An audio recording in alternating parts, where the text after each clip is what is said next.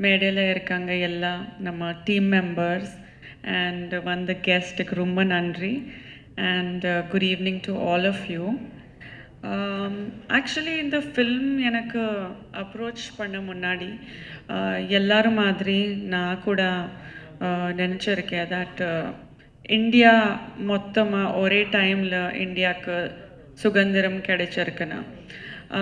ஆனால் அப்புறம்தான் எனக்கு தெரியும் தட் ஹைதராபாத்துக்கு 17 செப்டம்பர் 1948 சுதந்திரம் கிடைச்சிருக்குன்னு. ஸோ ரொம்ப ஷாக் ஆகிட்டேன். ஏன்னா இந்த ஸ்டோரி நிறைய ஆளுக்கு தெரியாது, நிறைய பேருக்கு தெரியாது. அந்த மாதிரி ஒரு ஸ்டேட்டோட சஃபரிங், அவரோட சாக்ரிஃபைசஸ் என்னென்ன பண்ணாங்க அதை பற்றி இந்த ஃபில்ம் இருக்குது. அண்ட் ரொம்ப சந்தோஷமாக இருக்குது that I'm a small part of Razakar.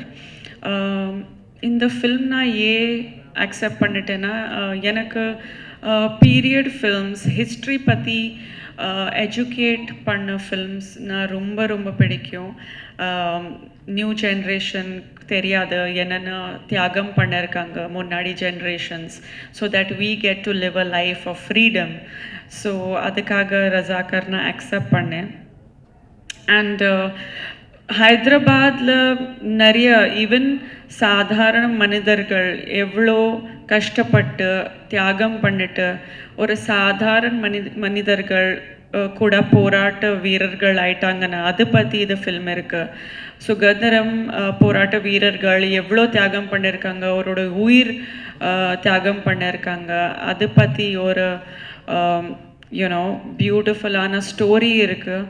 And it's a great way to teach people the sacrifices done by everyone. So ரொம்ப சந்தோஷமாக இருக்குது to be a part of this wonderful film. My team and all the technicians, director Sathya அவரு ரொம்ப ரொம்ப ஒரு master பீஸான film பண்ணியிருக்காங்க. நம்ம producer Gudur sir, not only he has made a wonderful masterpiece, but also he believes in a lot of charity work. So I'm really really inspired by his good deeds. And of course Bobby, shooting பண்ணும்போது பாபிக்கு நான் first time settle meet பண்ணேன். ஆனால் Bobby ஒரு 2 minutes எனக்கு recognise பண்ணல அந்த கெட்டப்பில். He was just like, he thought, நானும் I'm saying, sorry, நான் ஒரு எல்லா க்ரௌடில் ஒரு வந்து யாரோ ஹாய் சொல்கிறாங்க நான் நினச்சிட்டாங்க. ஏன்னா அந்த லுக்கில் சுத்தமாக கண்டுபிடிக்கல நினைக்கிறேன். But Bobby பற்றி சொல்கிறது, I don't think I need to say anything about him. ஒரு நேஷ்னல் அவார்ட் வின்னிங் ஆக்டர், அவ்வளோ ரெஸ்பெக்டட் இருக்காங்க in entire film industry. And அவர் கூட ஒர்க் பண்ணும்போது ரொம்ப கம்ஃபர்டபுளாக இருந்துச்சு experience. So thank you Bobby for really making my working experience so beautiful with your presence. And everybody here, my entire team, Beams avaru, Ramesh avaru, Ramji, and Raj avaru, Vijay sir, everybody has done a fantastic job, including Anji Reddy, our executive producer. I'd like to thank the entire team for being so wonderful. And all the guests who have come here, Manoj, thank you so much for taking time out and being here to support us. And Mitran sir also came and graced the occasion, so thank you to him. Everybody on the dais here, thank you so much for being here. Again, all the media, Tamil media, எப்போ மாதிரி எனக்கு always support பண்ணியிருக்கீங்க. So I need all your support and all your love, and I'm just so happy நான் இன்னைக்கு உங்களை திருப்பி meet பண்ணுறதுக்கு எனக்கு வைப் கிடைச்சிருக்குன்னு. So thank you so much to all you wonderful people. Thank you so much for your support. ரொம்ப சந்தோஷமாக இருக்குது. எல்லாத்தையும் சேர்த்ததுக்காக எங்கள் பிஆர்ஓ சதீஷ் ரொம்ப நன்றி. இந்த படம் ஆக்சுவலி ஃபஸ்ட்டு எனக்கு வந்து நான் கேட்கும் போது எனக்கு புரியல. ஏன்னா எனக்கு வந்து ஃபஸ்ட்டு ஹிஸ்ட்ரி தெரியல. அதுக்கப்புறம் நான் அது என்னன்னு தெரிஞ்சுக்கிட்டேன். தெரிஞ்சதுக்கப்புறம் ரொம்ப எமோஷனாக ஃபீல் பண்ணேன். அங்கே நடந்த கொடுமைகள் ஆகட்டும், என்ன நடந்ததுன்றது வந்து எனக்கு ரொம்ப ஒரு பயங்கரமாக ஃபீல் ஆனது. Then I decided as I have to do this film அப்படின்னு. தென் ஸ்பாட்டுக்கு போய் டைரக்டர் சார்கிட்ட ஃபுல் டிஸ்கஷன் பண்ணிட்டு அப்புறம் ப்ரொடியூசர் சார் என்ன நடந்ததுன்ற ஹிஸ்ட்ரி எல்லாம் எனக்கு சொன்னாங்க. ஸோ அந்த ஒரு ஷூட்டிங் போகும்போது ஒவ்வொரு டவுட்டு நான் கேட்டுகிட்டே இருப்பேன். என்னங்க இப்படியா இவ்வளோ கொடூரமாக பண்ணாங்க? இல்லைங்க இதுக்கு மேலே நிறைய இருக்குது, நிறைய கொடூரங்கள் நடந்திருக்கு போது ஏன் எங்களுக்கு எல்லாம் தெரியல, ஏன் இந்த விஷயம் உலகத்துக்கு இன்னும் தெரியலன்றது வந்து ஒரு பெரிய ஒரு வேதனையான ஒரு விஷயம். ஸோ அப்போ முடிவு பண்ணதா இது உலகத்துக்கு இந்த விஷயம் சொல்லணும், இந்த ஹிஸ்ட்ரி வந்து ஒவ்வொருத்தரும் ஒவ்வொரு இந்திய குடிமகனும் தெரிஞ்சுக்கணும். அடுத்த வர ஜென்ரேஷன் ஆகட்டும், இந்த ஜென்ரேஷன் ஆகட்டும், எல்லாத்துக்கும் என்ன எப்படி நம்ம ஒரு 4 fathers வந்து கஷ்டப்பட்டு இவ்வளோ உயிர் தியாகம் பண்ணதுனால தான் நமக்கு எப்படி ஃப்ரீடம் வந்திருக்குன்றது வந்து தெரிஞ்சுக்கணுன்ற ஒரு விஷயத்தில் தான் ரொம்ப ஸ்ட்ராங்காக இருந்தோம். அண்டு அதுக்கு நான் மிகப்பெரிய எப்படி சொல்கிறது நன்றின்னு விட அது பெரிய கட்ஸ்ன்னு சொல்லுவேன் எங்கள் ப்ரொடியூசர் கூடூர் நாராயண் ரெட்டி காரு. ஏன்னா இது அவர் நினச்சா வந்து கிட்டத்தட்ட இதுக்கு வந்து ஒரு 40+ year ஹி ஸ்பெண்ட். அவர் நினச்சிருந்தாருன்னு ஒரு பெரிய ஸ்டார் வச்சுட்டு நல்ல ஒரு கமர்ஷியல் படமாக அவர் பண்ணியிருக்கலாம். ஆனால் அவர் அதை பண்ணல. இல்லை இந்த ஹிஸ்ட்ரி வந்து ஏன்னா அந்த போராட்டத்தில் வந்து அவங்களோட தாத்தா வந்து இறந்துருக்காரு. ஈவன் டைரக்டர் சாரோட ஃபேமிலி ஆகட்டும், பீம்ஸோட ஃபேமிலி ஆகட்டும், எல்லாருமே அங்கே உயிர் தியாகம் பண்ணிட்டு வந்திருக்காங்க. ஸோ இது வர என்னோட சந்ததிகளுக்கு வர என்னோட அடுத்த ஜென்ரேஷனுக்கு ஃப்யூச்சருக்கு வந்து இது வந்து நான் வந்து தெரிவிக்கணும்ன்ட்டு இந்த முடிவு எடுத்து அப்படி ஒரு எடுக்கப்பட்ட படம் தான் ரஜாக்கர். நீங்கள் பார்த்துருக்கீங்க ட்ரெய்லர் பார்க்கும்போது உங்களுக்கு அதில் எவ்வளோ எமோஷன் இருக்குது அப்படின்றது உங்களுக்கு புரிஞ்சிருக்கும். It's very emoted. எனக்கு ரொம்ப ரொம்ப கனெக்டான ஒரு ஃபிலிம். நான் நடிக்கும் போது எனக்கு வந்து ரொம்ப பெருமையாக இருந்தது. நான் வந்து ஒரு பர்டிகுலர் ஒரு லீடரோட கேரக்டரை வந்து நான் ரீக்ரியேட் பண்ணிட்டு நடிக்கிறேன்னும் போது வந்து ஐ ஃபீல் எனக்கு ரொம்ப பெருமையாக இருந்தது. நம்ம அதை ரிப்பீட் பண்ணி ஆடியன்ஸ்க்கு வந்து வர ஃப்யூச்சருக்கு வந்து இப்படி இந்த லீடர் இப்படி தான் இருந்தாரோ, இப்படி தான் இருப்பாரோ, இப்படி எல்லாம் போராடினார்ன்ற தெரிவிக்கிறதுல அதில் ஏமுகம் தெரிகிறது வந்து நான் ரொம்ப சந்தோஷப்படுற பெருமையாக நினைக்கிறேன். இந்த வாய்ப்பை கொடுத்த இயக்குனர் யாட்டா sir and producer Gudur Narayan Reddy அவர்களுக்கும் ஹோல் டீமுக்கு என்னோட எப்படி சொல்கிறதில்ல பெரிய நன்றியை தெரிவிச்சுக்கிறேன். ஸோ சாரி, ரொம்ப ஷார்ட் டைமில் கொஞ்சம் இது பண்ண வேண்டியதாக இருந்தது. நான் இப்போதான் பேசிகிட்டு இருக்கும்போது இது ஏன் வந்து மற்ற languages why can't we do it as அப்படின்னும் போது இந்த மாதிரி எல்லா லாங்குவேஜ்லேயும் ஹிந்தி, தமிழ், தெலுங்கு, கன்னடம், மலையாளம் எல்லா நம்ம லாங்குவேஜஸ்லையும் வந்து ரிலீஸ் பண்ணலான்னு முடிவு பண்ணார் producer sir. So that's sir, hats off to you to taking the history to the future generation. Thank you so much. And co actors என்னோட வேதிகா. ஆக்சுவலி போனதுக்கப்புறம் எனக்கு தெரியல, அவங்க மேக்கப்பில் இருந்தாங்க. ஐ மீன் கேரக்டர் அப்படியே இருந்தாங்க. வந்தோடனே ஹலோ ஹாய் என்னாங்க, ஹாய் அப்படின்னு சொல்லிட்டு நானும் திரும்பிட்டேன். நான் திருப்பி என்ன பார்த்து எங்கேயோ பார்த்து தெரில எனக்கு ஒரு கிட்டத்தட்ட ஒரு 5-10 minutes ஐ டின்ட். அப்புறம் திருப்பி கம்பைன் ஷாட் வரும்போது are you Vedhika? Yes it's me Bobby, what happen? Sorry. ஏன்னா லிட்ரலி எனக்கு தெரிஞ்சு வந்து நான் ஏன்னா அந்தளவுக்கு அந்த கேரக்டரில் வந்து அந்த மேக்கப் ஆகட்டும், அந்த ஒரு ரியல் ரெபல் லேடின்னு சொல்லுவோம் இல்லையா, அந்த கெட்டப்பில் அந்த பெர்ஃபார்மன்ஸோடு இருக்கும்போது எனக்கு தெரியல. தென் அதுக்கப்புறம் நான் after Paradesi I think it's gonna be ஒரு very strong performance in your career. மறக்க முடியாத ஒரு கேரக்டராக இருக்கும் அப்படின்றது எனக்கு எந்த டவுட்டும் கிடையாது.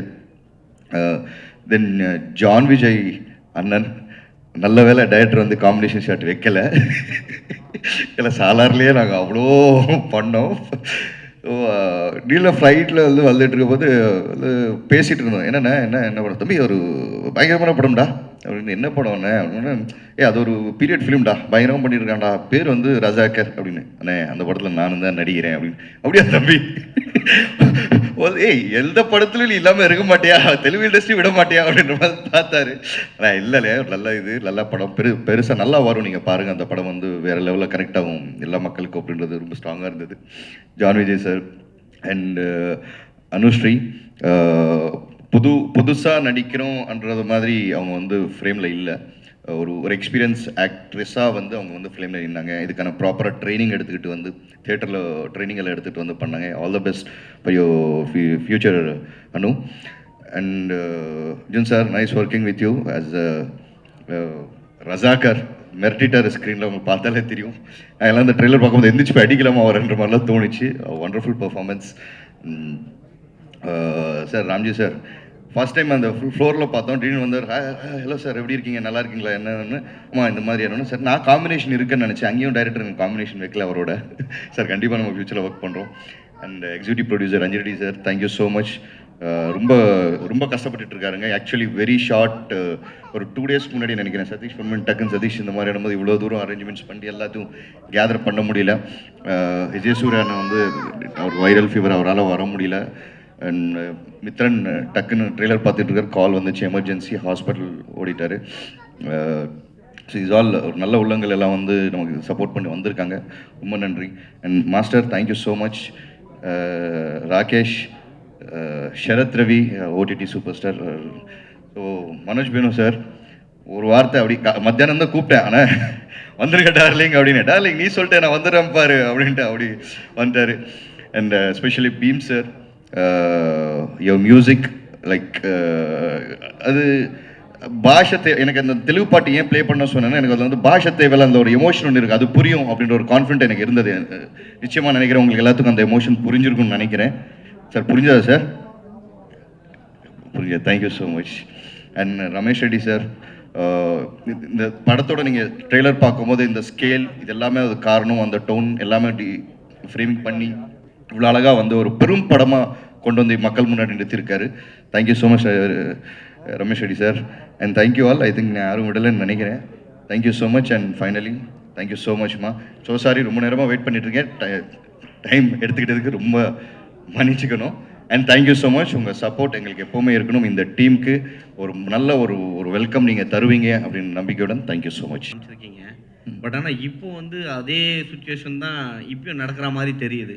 பட் இந்த நேரத்தில் இந்த கதையை நீங்கள் சூஸ் பண்ணுறதுக்கான காரணம் என்ன? ஏன்னா ஆல்ரெடி வந்து முஸ்லீம்ஸ்னால் இவங்க தான் இப்படி தான் அப்படின்ற மாதிரி போர்ட்ரேட் பண்ணிட்டு இருக்காங்க வெளியில். பட் இது வரும் பொழுது என்னவா காட்டும்? சார் இது எங்களுக்கு அப்படி தெரியல. இது வந்து கிட்டத்தட்ட ஒரு 2 years இந்த படம் எடுத்துக்கிட்டு இருக்கோம். நாங்கள் வந்து இந்த லாங் ப்ராசஸாக போயிட்டுருக்கு.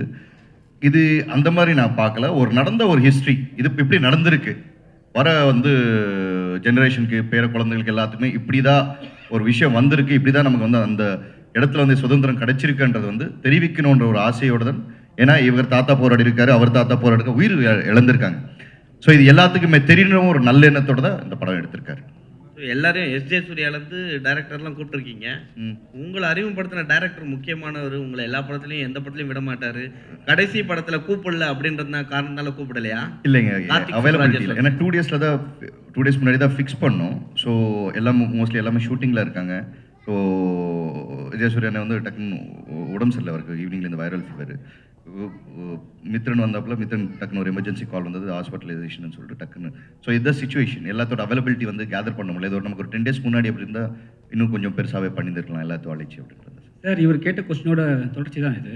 இப்போ வந்து ராமர் கோயில் பிரச்சனை ஆச்சு சரிங்களா? இப்போ இந்த படம் வந்து மக்களை வந்து எப்படி இம்பாக்ட் பண்ணணும், எப்படி பார்க்க வரும்?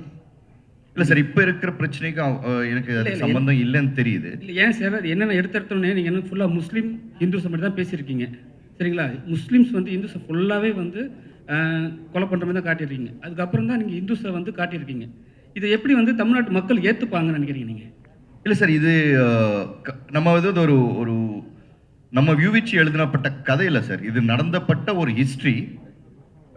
ஆகஸ்ட் 15 நம்ம இந்தியா முழுக்க ஒரு சுதந்திரம் கிடைக்கும் போது, பட் ஆனால் particular Telangana, Karnataka and Maharashtra state மட்டும் 300 sir how many days 396 days வந்து அவங்களுக்கு சுதந்திரம் வந்ததே தெரியப்படவில்லை. அது ஒரு தனி கண்ட்ரியாக மாற்றுறதுக்கான நடந்த ஒரு முயற்சியை இப்போ அவர் தெரியப்படுத்திருக்காரு மக்கள். அது தெரிஞ்சுக்கணுன்ற ஒரு எண்ணத்தோடு தான் தவிர்த்து மற்றபடி எந்த ஒரு இதுவும் கிடையாது sir. Hello. Sorry, partly English, partly Tamil. When you're making a historical film, you have to take a lot of care not to make historical mistakes. But you are making several statements which are wrong, I wish to point out. Hyderabad was not the only place which did not celebrate independence, did not get liberation at that point of time. There were several parts of India where there were more than 550 kingdoms. They were not democracies. They were kingdoms, kings who had to give up their country to join the Indian Union. And Nehru and Patel formed an agreement to sign with 545 kings in different parts of India to join the Indian Union. It was not easy, it took several months. And you may not be aware that it was only, the Indian map was completed only in 1962. Pondicherry and Goa got liberation after several years. So to say that only Hyderabad was not liberated is not correct. So if you are doing any promotion on that basis, you must please correct yourself. A wrong picture should not be given. And also, an innocent remark is also made that Nehru did not contribute anything or did not contribute much, but facts are otherwise.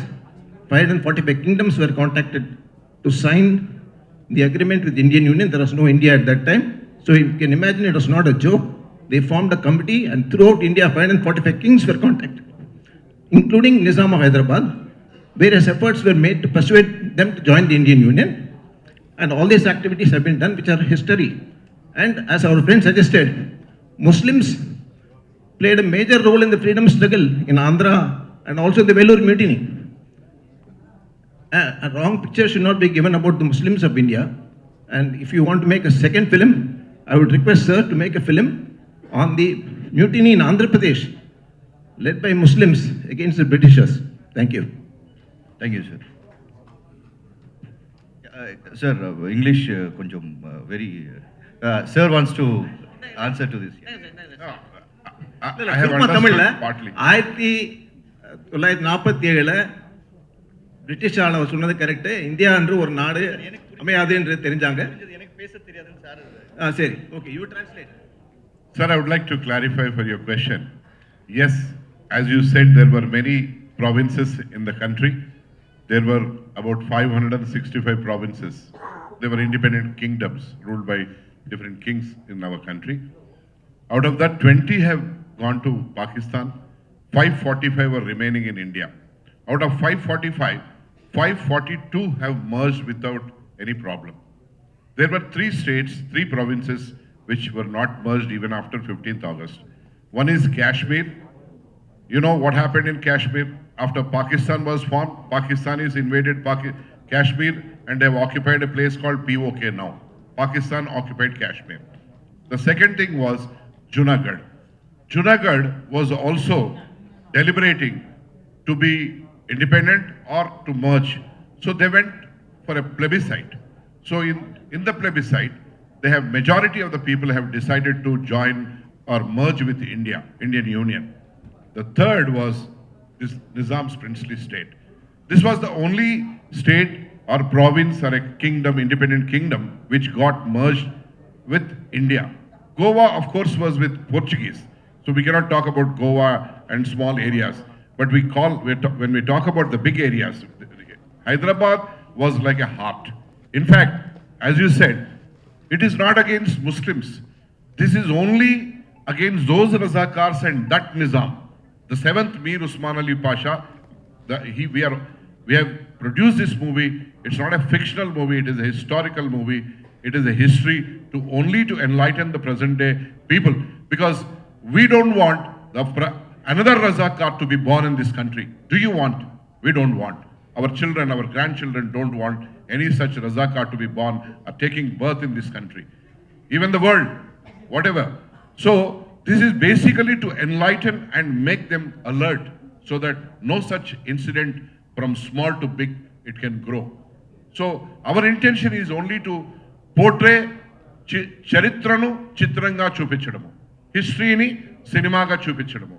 History को cinema के रूप में बताना है और कुछ नहीं है इसमें. We are not against the present day Muslims. Many Muslims are my best friends. In fact, they have funded this for this movie also without any condition, without any interest. So kindly be certain about a point, that is, this is only a history in the form of a cinema. That's it. It is categorically we are clarifying. It's not about any community. We are not going to, or not the movie is going to, our movies, any portrayal is going to hurt anybody's sentiment. We must not forget one thing.